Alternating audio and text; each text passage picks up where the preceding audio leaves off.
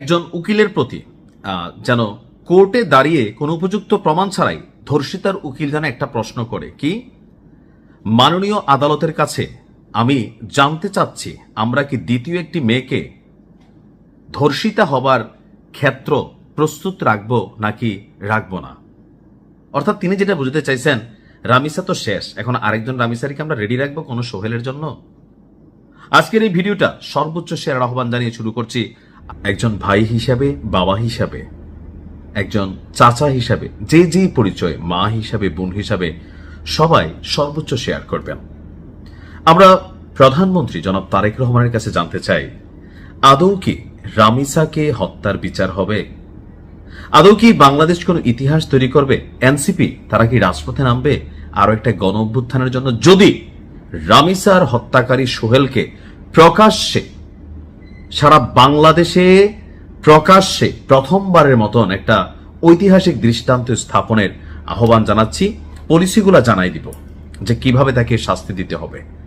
মাঝে মাঝে কি মনে হয় জানেন, যে যদি কোনো প্রধান বিচারপতি অথবা কোনো মন্ত্রী এমপির তাদের যদি কোনো বাচ্চা নাতি পত্তি যারা আছে তাদেরকে যদি এইভাবে ধর্ষণ করা হয়, তাহলে কি ওই দিনও বিচারিক প্রক্রিয়া এইভাবে চলবে, নাকি ধরেন আন্ডারগ্রাউন্ড ডম দিয়া অথবা আইন শৃঙ্খলা বাহিনী দিয়ে ক্রস ফায়ার করে মাইরা ফেলা হবে, হয়তো এটা প্রকাশিত করা হবে না। কিন্তু আমরা যারা সাধারণ মানুষ আছি, যাদের ছোট ছোট সন্তান আছে, তারা ভাবি পাশের বাসার ফ্ল্যাটে যেই থাকে এই হারামি, আসলে তার কাছে আমার মেয়েটা নিরাপদ কিনা, এই ভবনটা আমার জন্য নিরাপদ কিনা।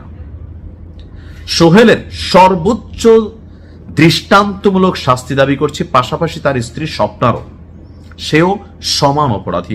আজকের এই ভিডিওতে এই রাষ্ট্রের কাছে প্রশ্ন রাখতে চাই, সাফাবাজি, স্বাধীনতা, এই বংশং সারেন সাইরা মানুষ যেটা চায় এই দেশের ইতিহাসে, এই ডক্টর ইউনুস, সুদি ইউনুস শালার নিজেরা সত্যরা খাইয়া গেলি, কিন্তু তাদের সময়ও ঐতিহাসিক একটা ধর্ষণের ঘটনা ঘটছে।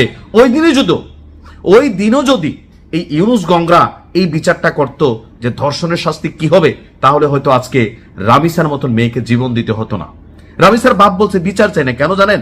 আমরাও জানি বিচার হবে না, আলোচনায় থাকবে 2-4-5 দিন।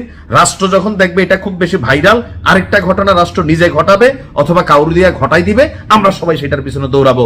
কোথাকার রামিসা? এই জন্য রামিসার বাপ বলছে এই রাষ্ট্রের প্রতি ওয়াক্তু বিচার চাই না। আজকে রামিসার বাবা, রামিসা কালকে আপনার মেয়ে, আমার মেয়ে না, এটাকে আপনি ভাবতে পারেন? কথা বলছি আমাদের ছোট্ট একটা শিশু, মানে একটা ফুল, মিরপুরের পল্লবীতে 7 বছরের ছোট্ট একটা বাচ্চা, মানে এটা তো মহিলা মেয়ে কোনোভাবে, মানে জেন্ডার হিসেবে সে একটা মেয়ে। এতটুকুর বাইরে এই মেয়েটার মধ্যে কি আছে? আর এই যে রিক্সা মেকানিক সোহেল, সেই যে ঘটনাটা ঘটাইছে, আজকে আমরা পুলিশের জবানবন্দিতে দেখলাম, পুলিশের কাছে তার দেওয়া জবানবন্দি, তার স্ত্রী স্বপ্না ঘটনার দিন সকালে তার কৌশলে তার বাসায় নিছে। আমার ধারণা এদের আরেকটা প্ল্যান ছিল, সেটা হচ্ছে অপহরণ করবে।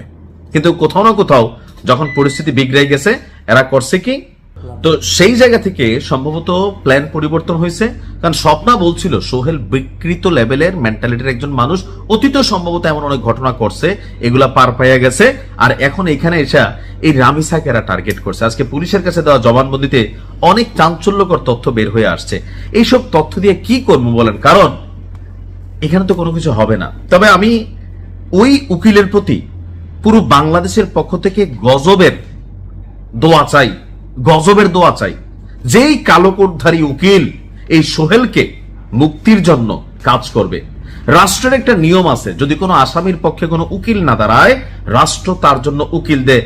আমরা গুলিমারি রাষ্ট্রের এমন নীতি নির্ধারণী সিস্টেমের প্রতি আমরা চাই এটারও সংশোধন হোক।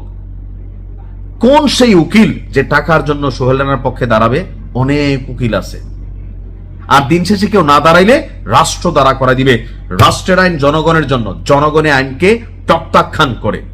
প্রধান বিচারপতি, যারা আইন প্রণেতা আছেন, যারা এই রাষ্ট্রের কলাকুশলী আছেন, আপনাদের কাছে জানতে চাই, এই ঘটনাগুলোকে আপনারা কি পলিটিক্যাল পয়েন্ট অফ ভিউতে দেখেন, নাকি আসলে মানবিক দৃষ্টিতে দেখেন?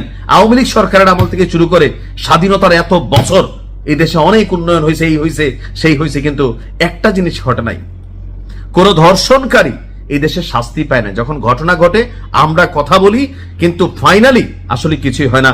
তবে আমি একটা আহ্বান জানাতে চাই, যদি রামিসা হত্যার দৃষ্টান্তমূলক বিচার না হয়, সারা বাংলাদেশের কন্টেন্ট ক্রিয়েটাররা আমরা আমাদের জায়গা থেকে এটা নিয়ে কিন্তু ভাই খেলবো।